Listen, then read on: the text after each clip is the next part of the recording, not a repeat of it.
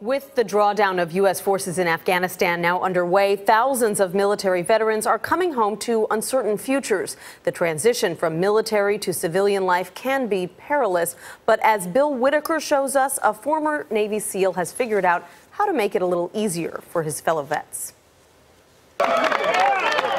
Former Navy SEAL Commander Eric Greitens is often applauded for his military service. But on this day at the Dream Center in Los Angeles, which helps people down on their luck, the acclaim is for his new mission: helping veterans transition to civilian life through community service, like renovating the Dream Center. This country has an entire generation, millions of men and women who've served overseas in Iraq, in Afghanistan. They need to wake up every morning knowing that their country still needs them. The idea hit Greitens after a suicide truck bomb hit his unit, which was going after al-Qaeda in Iraq. The blast was so powerful it destroyed their barracks in Fallujah. He recovered, but many of his teammates were severely injured, their military careers over. What I knew from working with these men and women was that they wanted to find a way to continue to serve. He has a resume that could land most any job.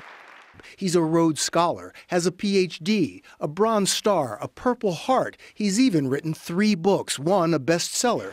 Yet he took his savings from combat pay and founded the Mission Continues. Alpha Class, attend. It's run with military precision. Recruits all veterans who've served after 9/11 gathered in LA for training before being deployed to their local communities.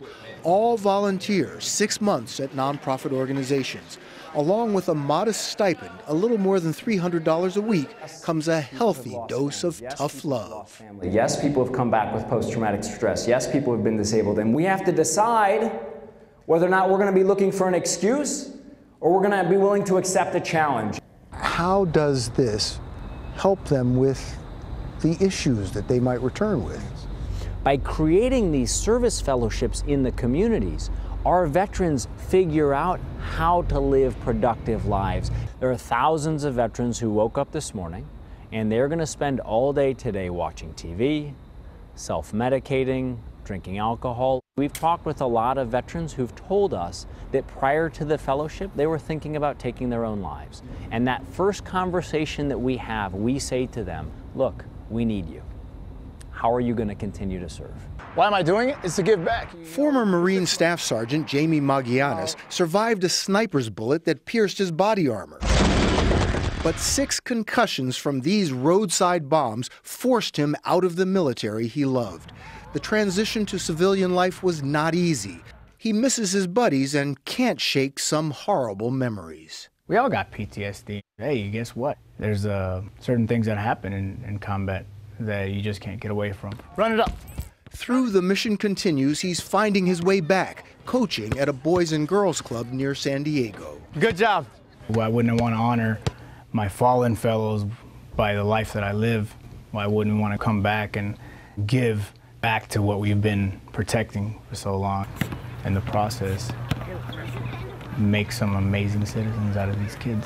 When these men and women leave their Mission Continues fellowship, they go on to full-time employment, they go on to full-time education. For those of them who had post-traumatic stress disorder, their symptoms go down.